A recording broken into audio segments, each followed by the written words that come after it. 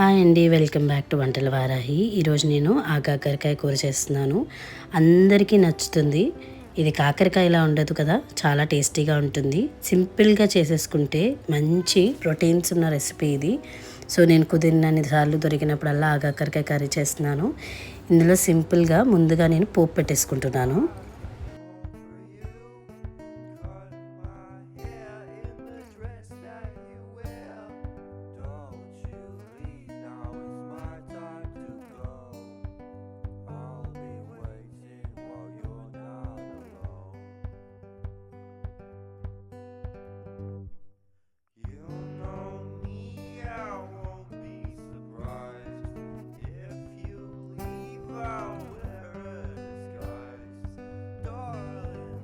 మంచిగా పోపు అంతా వేగిపోయిన తర్వాత కాకరకాయల ముక్కలు వేసేసుకొని కలిపేసుకుంటున్నాను. వీటిని బాగా ఉడకనివ్వాలి.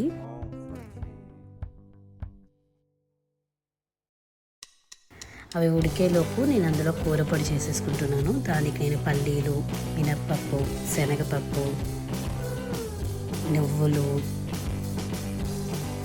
ధనియాలు, జీలకర్ర,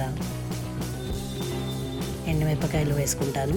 ఈ కూరపొడి దీంట్లోకే కాదండి, మీరు ఏ దాంట్లోకైనా సరే కూరపొడి వాడుకోవచ్చు. ముందుగా మెయిన్గా హాస్టల్లో ఉండే పిల్లలు వాళ్ళైతే మీరు ఇలా చేస్తే వాళ్ళు బాబుల్లో ముక్కలు ఉడకబెట్టేసుకొని ఈ పొడి వేసేసుకుంటే కూర రెడీ అయిపోతుంది. నేను కూర పొడి రెడీ చేసి పక్కన పెట్టేసుకున్నాను. తర్వాత ఈ ఉడికిపోయిన ఆగాకర ముక్కల్లో మంచిగా ఉల్లిపాయలు వేసేసుకొని కలిపేసుకుంటున్నాను.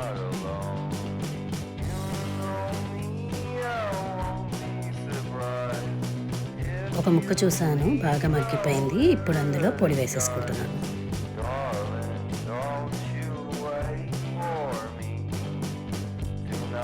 అంతే అండి, చాలా టేస్టీగా ఉంది. ఆగాకరకాయ కూడా రెడీ. ఎలా ఉందో మీరు కూడా ట్రై చేసి చెప్పండి. బాయ్.